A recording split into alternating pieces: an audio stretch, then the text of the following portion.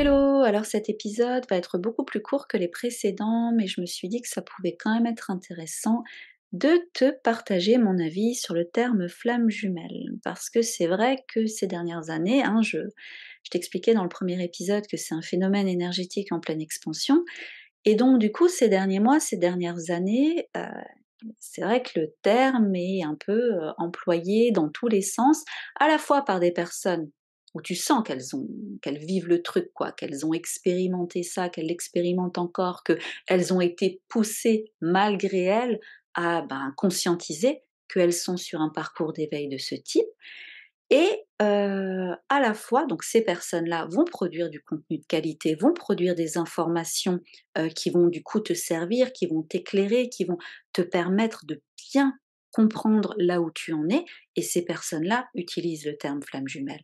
Donc dans ce cas de figure-là, c'est très important, c'est très intéressant d'avoir accès à ce terme-là parce que c'est ce terme qui te permet vraiment à un moment de te dire: «OK, ce que je vis, c'est pas une relation toxique. Ce que je vis, c'est pas une espèce de fantasme refoulé de l'âme sœur de je sais pas quoi.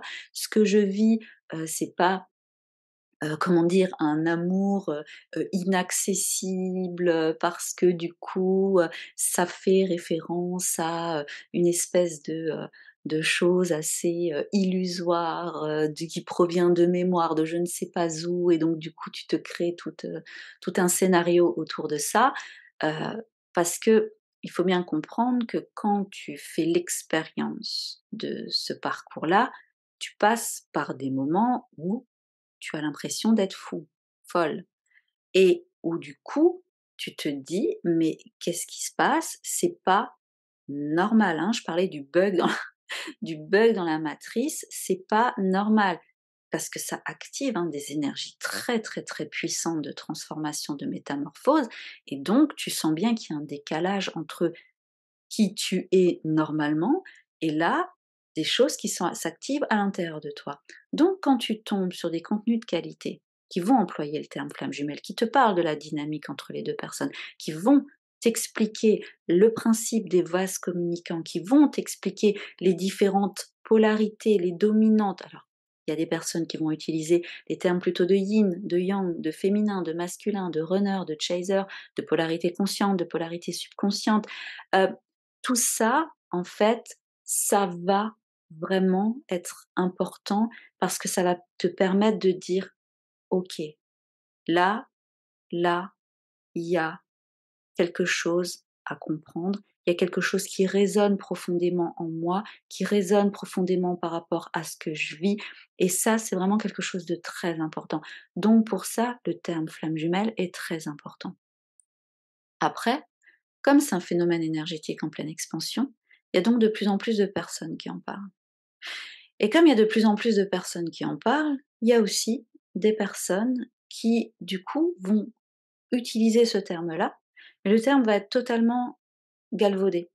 Le terme va totalement être, heu, complètement, en fait, extrait de sa signification originale.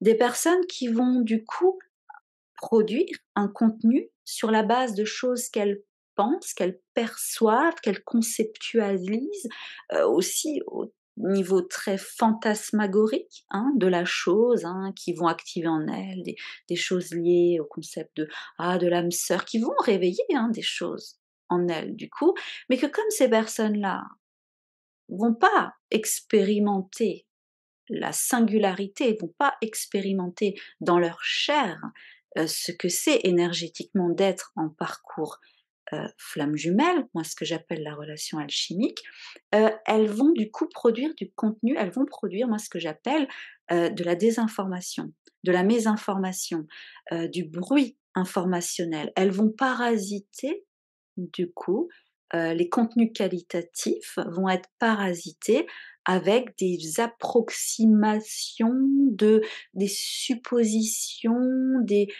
je ne dis pas, tout le monde peut donner son avis. C'est juste que je te renvoie sur l'autre épisode où j'avais parlé d'esprit critique et du discernement.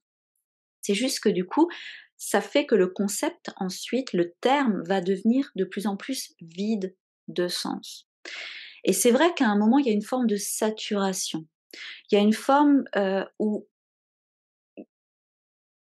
ce terme-là, fait qu'à un moment, ça c'est comme si ça créait une nouvelle case. En tout cas, moi, c'est mon avis, hein. Je détiens pas la vérité absolue. Je le répète assez souvent dans mes audios ou dans mes vidéos.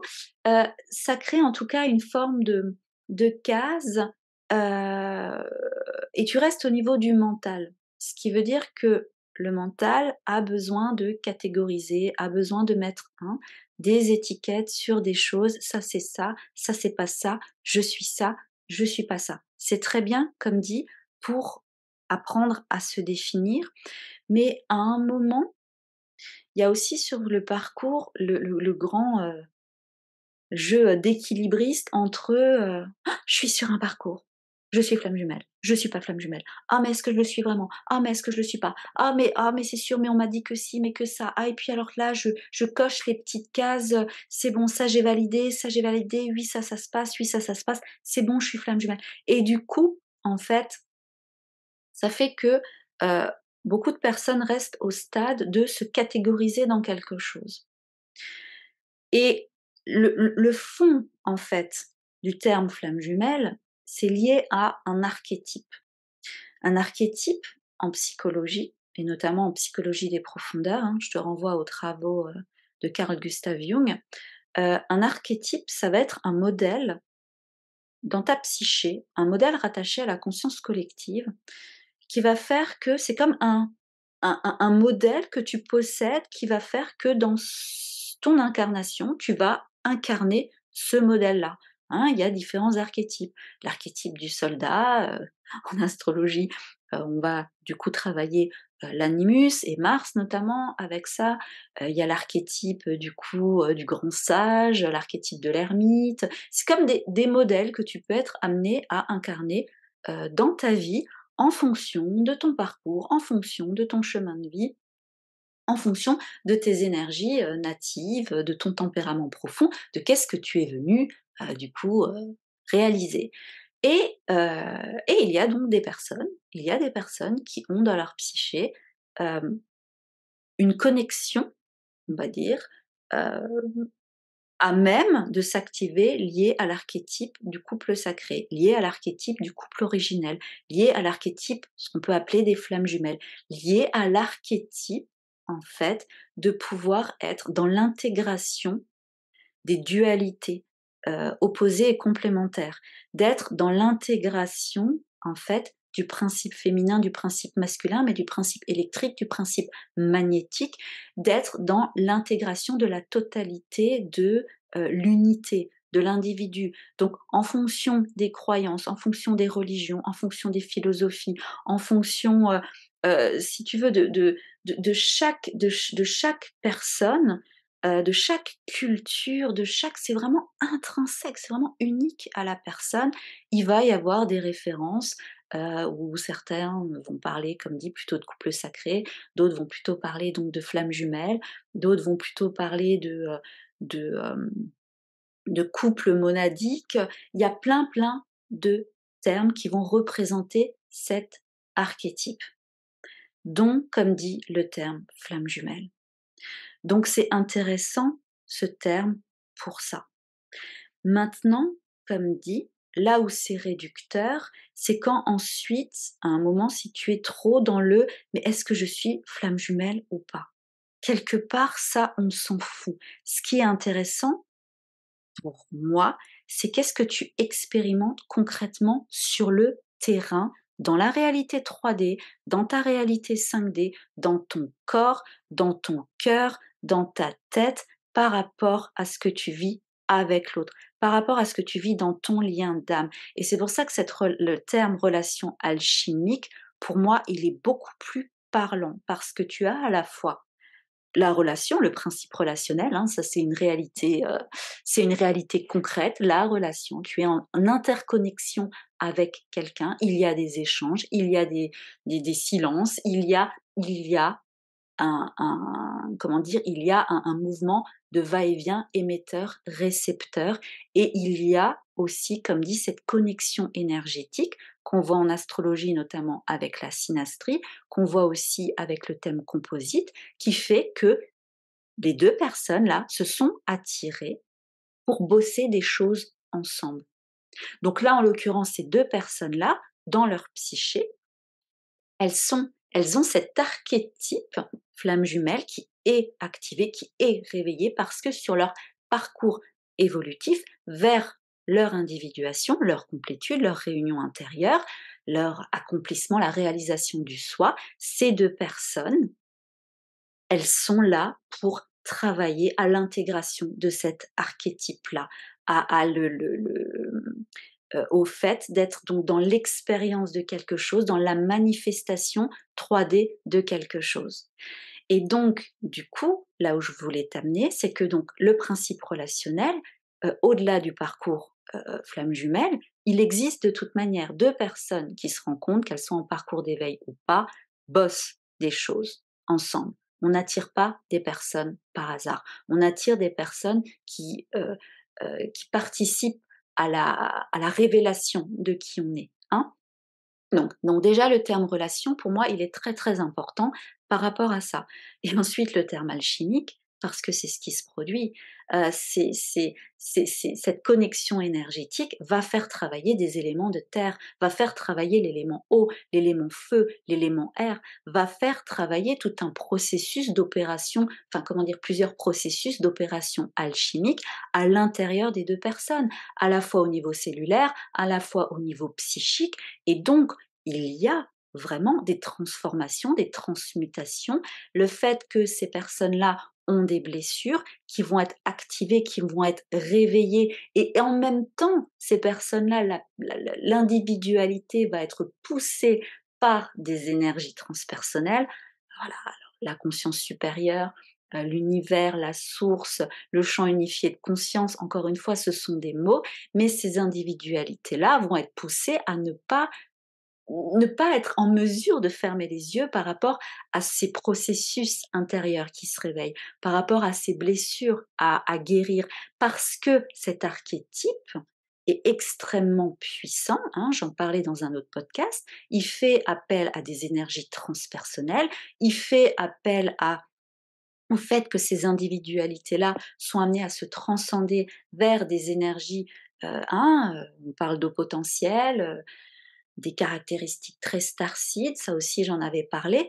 Et donc, le processus alchimique, il est en cours, il s'étale sur plusieurs années, un processus qu'on peut suivre à la fois au niveau astrologique, hein, avec les transits planétaires, quand l'un est en train de bosser avec Neptune, avec Pluton, avec Uranus, c'est à la fois pour son parcours individuel à lui ou à elle, et l'autre, si ça se trouve, il est complètement en train de bosser autre chose. Si ça se trouve, pendant 1 ou 2 ans, toi, tu vas être amené à travailler à ton émancipation familiale, et si ça se trouve, au même moment, l'autre, il va être amené à travailler sur sa valeur personnelle. Donc, et ça, c'est vraiment important de se rendre compte que cette relation-là, elle est alchimique parce qu'il y a des processus individuels, un processus commun aussi, hein, le processus de la relation. Et donc, du coup, c'est important, au-delà du terme flamme jumelle, c'est important de s'intéresser à qu'est-ce qui se passe actuellement. Est-ce qu'il y a quel type de guérison? Est-ce que c'est des guérisons émotionnelles? Est-ce que c'est plutôt un travail de rééquilibrage énergétique au niveau du feu créateur? Est-ce qu'il y a un travail à faire beaucoup plus important actuellement par rapport à l'énergie de terre, l'énergie d'ancrage, le rapport au corps, le toucher aussi, hein, le côté très sensoriel. Est-ce qu'il y a plutôt actuellement un travail à faire au niveau de tout ce qui est énergie très air, très cérébrale? Et ça, en fait, il faut comprendre que les processus, comme dit, alchimiques, ils ont un ordre très, très, très précis. Ce qui veut dire qu'au début, quand il y a la reconnexion, quand il y a le fait d'avoir des charges émotionnelles, hein, parce qu'en fait, c'est ça qui est intéressant de garder en tête, c'est que dans cette relation-là, Il y a aussi une activation, une accélération de l'individuation et de la métamorphose des personnes, parce qu'il y a des puissantes charges émotionnelles qui viennent heu, créer, qui viennent dynamiser énergétiquement, qui viennent électriser des choses à l'intérieur des personnes. Donc des choses qui ne peuvent pas être ignorées, mais en même temps des processus. Quand tu as un débordement émotionnel et que tu as une remontée d'eau, c'est une remontée de mémoire aussi, il faut comprendre qu'ensuite l'eau, elle va dissoudre des choses à l'intérieur de toi et qu'ensuite, suite à ces choses qui ont été dissoutes, où tu as été vraiment face à ta vulnérabilité, hein, donc l'eau a peut-être dissous, des barrières, tu vois? Une espèce de carapace émotionnelle que tu as pu, te mettre, voilà, pour X raisons. C'est un exemple, hein, je veux pas rentrer comme dit je veux pas que cet épisode soit trop long, mais du coup, quand tout ça s'est dissous, donc quand les structures ont été dissous, que tu accèdes à ta vulnérabilité, après il y a aussi la capacité, du coup, à travailler peut-être avec l'énergie, air pour pouvoir avoir cette sensation, de s'élever beaucoup plus, de comprendre beaucoup plus de choses, d'avoir les idées claires parce qu'il y a cette libération eau qui a été faite et quand tu as les idées claires, tu peux beaucoup plus aussi travailler à ton discours intérieur. Tu peux aussi beaucoup plus travailler, sur tes croyances limitantes, par exemple. Travailler à, quelque part, ta reconfiguration cognitive parce que ton mental, sur ce parcours, il prend un coup énorme. Enfin, pas que ton mental, hein, il y a aussi tout l'aspect physique. D'ailleurs, j'en parle dans le précédent épisode où, comment dire? Où je parle aussi du fait comment prendre soin de toi en temps de crise, parce que ce parcours, il te touche à la fois émotionnellement, mentalement, psychiquement, de manière éthérique, de manière physique, sur plein, plein, plein de plans. Mais voilà, moi ce que je voulais vraiment partager là avec toi, c'est que le terme flamme jumelle n'est pas à jeter, enfin selon moi, hein, je l'emploie de temps en temps.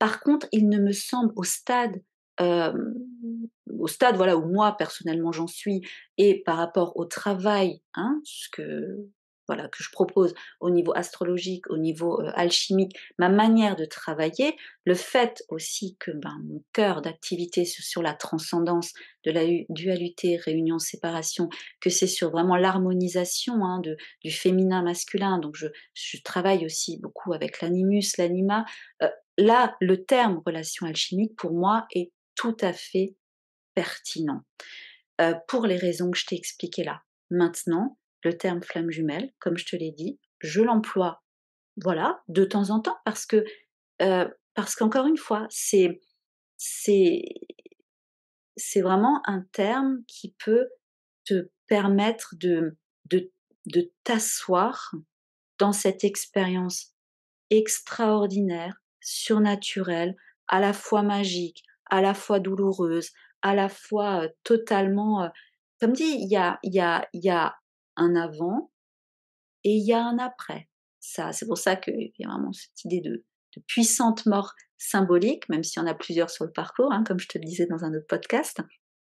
Mais, ce terme est à préserver parce que c'est un terme fondateur qui, du coup, permet aussi, hein, de bien garder en tête, d'avoir un discernement entre, les personnes qui produisent un contenu qualitatif et d'autres personnes qui essayent plus ou moins de, hein, comme je te disais au début, de de donner un peu leur avis, mais d'un point de vue très mental et très théorique parce qu'il n'y a pas l'aspect pratique et ça, c'est vraiment important pour toi de te rendre compte que, ce parcours, hein, il t'amène vraiment à toi contacter ta vérité intérieure. Alors ça prend des mois, voilà, des années, mais c'est important de se rendre compte qu'à un moment, tu peux ressentir aussi, tu vas t'ouvrir à cette capacité de ressentir naturellement, sans en faire un débat ou quoi que ce soit. OK, ce que cette personne-là me dit,